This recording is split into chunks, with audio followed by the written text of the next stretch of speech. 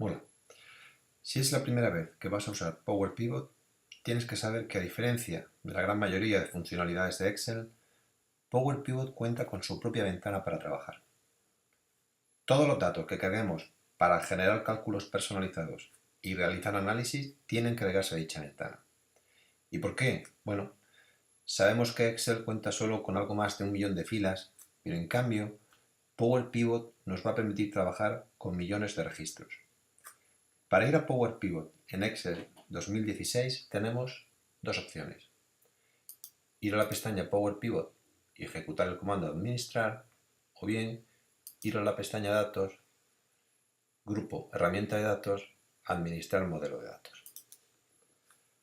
Vamos a utilizar un sencillo ejemplo añadiendo una tabla con origen en Excel mediante el comando agregar de la pestaña Power Pivot y apreciar así las distintas partes de la interfaz gráfica del complemento. Dejando la celda activa dentro de la tabla, puesto que en caso contrario tendríamos que hacerlo manualmente con el consiguiente riesgo de error de dejarnos filas fuera, y habiendo dado previamente un formato de tabla estructurada a los datos, es decir, no dejar los contenidos solo en un rango. También es una buena idea haber dado nombres a las tablas. Fórmulas, administrador de nombres, aquí yo he asignado nombre a las tablas, puesto que siempre es una buena idea, sobre todo cuando el modelo es complejo, trabajar con nombres descriptivos de las tablas, no con nombres tales como tabla 27 o tabla 21. Bien, pues pestaña Power Pivot y agregamos al modelo de datos esta tabla. Bien, ya estamos dentro de la ventana del complemento. Esta ventana sigue dos reglas básicas: el entrelazamiento y lo que se llama la unión. El entrelazamiento señala que para cada libro, para cada archivo de Excel, le corresponde una ventana de Power Pivot. Y es por eso por lo que la ventana de Power Pivot se va a llamar siempre igual que su fichero de Excel matriz, en este caso, tablas ejemplo. Y la segunda regla, la unión, hace referencia a que no vamos a poder acceder a la ventana ni a las funcionalidades de Power Pivot sin tener abierto el fichero Excel del que procede. En realidad, en ningún caso podremos ejecutar el lenguaje DAX sin ejecutar con anterioridad su ambiente. Bien, esto es la cinta de opciones, igual que en Excel. Se agrupan comandos por afinidad y subgrupos que encierran los comandos en categorías más pequeñas. Y hay 4 pestañas principales: inicio, diseño, avanzadas y archivo. Bien. Adicionalmente, podrán aparecernos algunas pestañas conceptuales, que va a depender del origen de datos que hayamos añadido, o incluso de la tarea que estemos llevando a cabo. Eso es igual que en Excel. Y aunque puede ser tentador trabajar con Power Pivot igual que lo hacemos con Excel, eso es un error, puesto que habrá otros elementos de la interfaz del complemento en donde las cosas cambien, funcionen de manera diferente. Bien, esto es el área de tablas. Todo origen de datos que necesitemos para utilizar el modelo de datos se va a cargar en esa parte de la ventana. Y es evidente que tiene como finalidad contener las tablas o los orígenes de datos a usar y que vamos a relacionar en el modelo. Y además aquí es donde vamos a poder filtrar, ordenar, cambiar el nombre o incluso expandir cálculos agregando columnas. Y esta zona tiene dos propiedades importantes. La primera, la propiedad 1 a 1, que viene a decir que a cada tabla o a cada base de datos que agreguemos a Power Pivot le va a corresponder una hoja de la ventana, solo una. Por ello, imposible que tengamos en una hoja más de una tabla.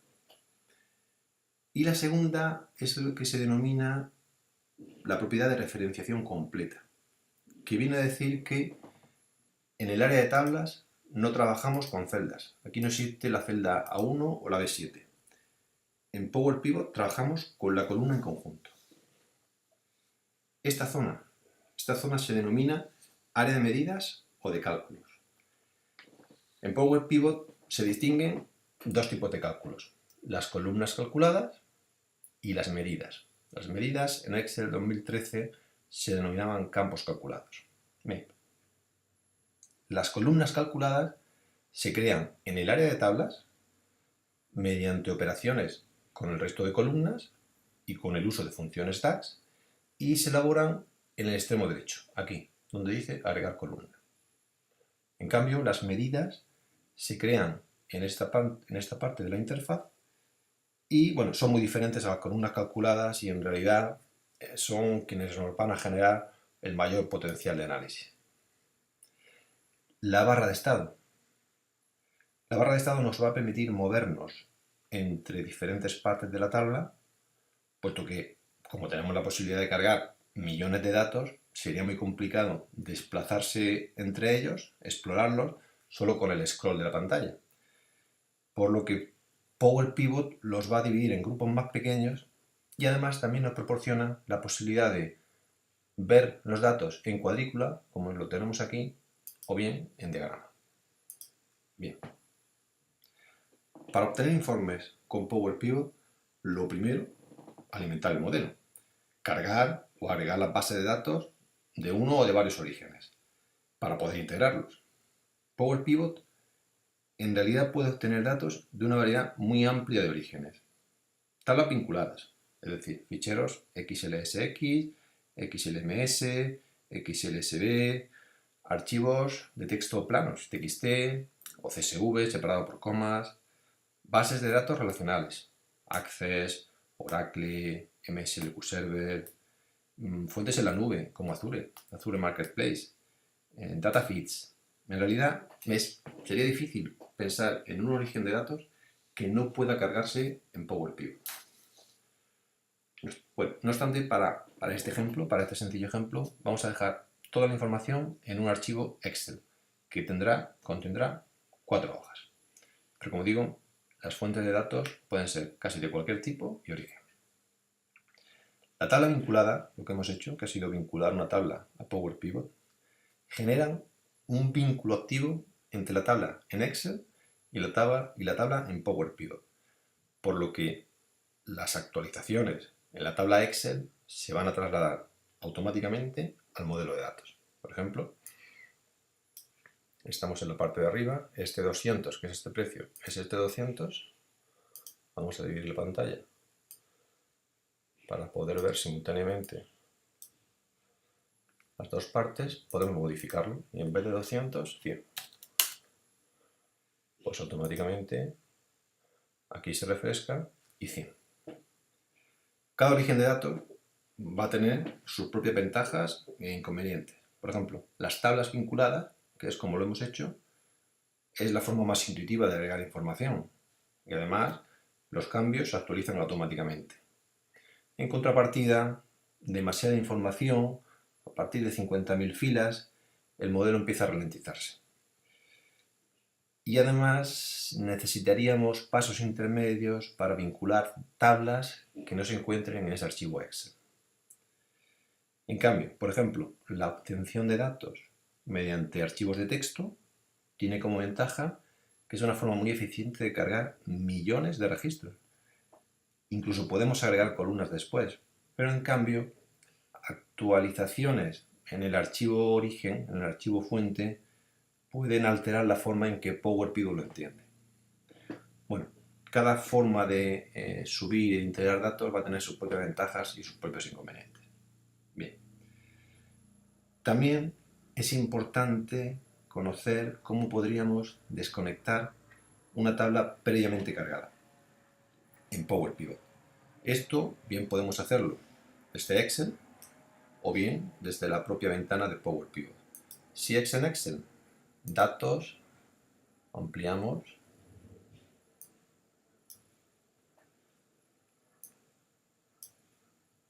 conexiones, y aquí vemos como esta tabla, que tiene el prefijo link, que indica que es una tabla vinculada, si hubiéramos agregado una tabla de un fichero Excel externo, hubiera puesto Excel, y si hubiera sido desde un fichero TXT, hubiera tenido el prefijo txt.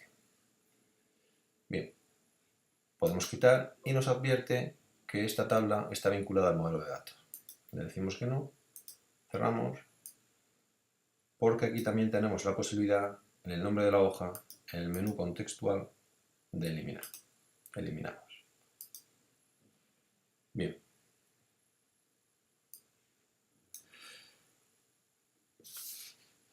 Para aproximarnos a entender cómo funciona el modelo, vamos a plantear este sencillo ejemplo que tiene 4 tablas. Siempre es importante dedicar un poco de tiempo a entender cuál es la información que vamos a importar, cómo está estructurada.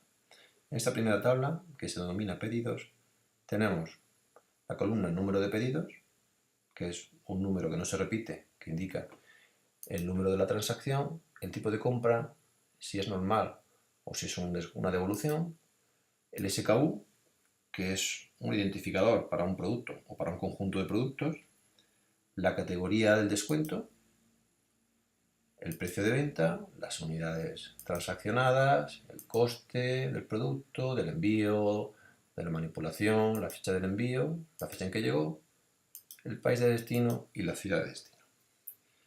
Después tenemos la tabla SKU, que para cada código SKU describe el producto, la tabla categoría de productos, que va a tener el código SKU con su categoría correspondiente y además el precio de venta, y la tabla de descuento, que para cada categoría de descuento indica el porcentaje de descuento aplicable. Y si no hay categoría en descuento, pues el porcentaje es 0. Bien. Si, por ejemplo, quisiéramos realizar un análisis donde pudiéramos ver los ingresos que genera cada producto, de acuerdo a cada categoría, y adicionalmente poder establecer un filtro para los distintos porcentajes de descuento. Bien, podríamos recurrir a rango de consolidación múltiple, poco eficiente, o dar un paso más allá y utilizar la función buscar v, por ejemplo. Aquí pondríamos producto y aquí utilizaremos la forma buscar v para buscar el código SKU en la tabla productos que me devolviera la columna 2 de una forma exacta. Bien, aquí ya Excel, como los datos están estructurados en forma de tabla, me lo copio hacia abajo. Además necesitaríamos el descuento. Descuento. Pues lo mismo, buscar V, buscamos el nombre de la promoción, lo buscamos en la tabla descuento, la columna 2, coincidencia exacta. Aquí hay un error. Igual buscar V, la categoría del descuento, en la tabla descuento, la columna 2, de forma exacta. Bien. Y la categoría. La categoría con el código SKU, nos vamos a la tabla categoría de productos,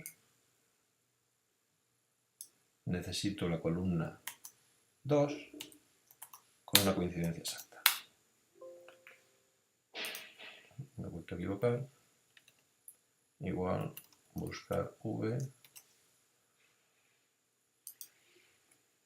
el código, la categoría, la columna 2 de forma exacta. Bien. Bueno, ya tendríamos toda la información en la tabla pedidos y ahora generaríamos una tabla dinámica. Insertamos tabla dinámica, una nueva hoja de cálculo y aceptar. Pondríamos el precio de venta como valor, la categoría en columnas, por ejemplo, el producto en filas y estableceríamos un filtro con descuento. Categoría de descuento. Bien, pues aquí lo tenemos. Tenemos en las filas el producto, en las columnas la categoría del producto, las ventas y podríamos filtrar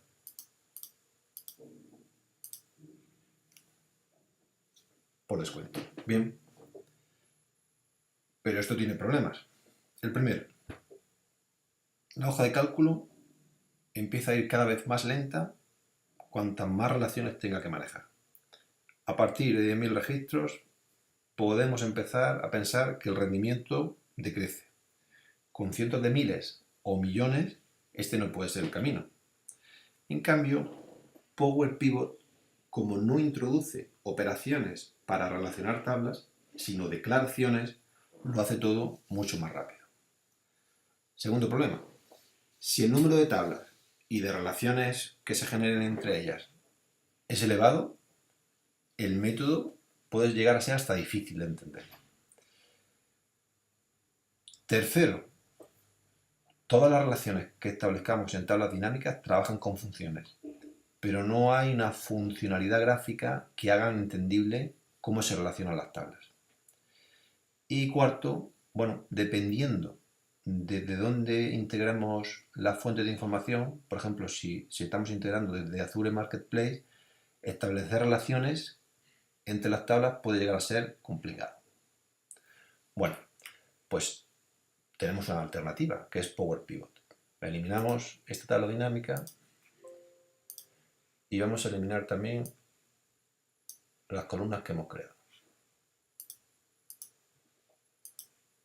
Bien, pues nos vamos a la pestaña Power Pivot y vamos a decir agregar al modelo de datos, teniendo la celda activa dentro de la tabla, agregar al modelo de datos. La segunda tabla también la agregamos, agregar al modelo de datos. La tercera tabla la agregamos al modelo de datos, se van agregando en la interfaz de Power Pivot y nos queda la tabla descuento. Agregamos al modelo de datos. Bien. Y ahora,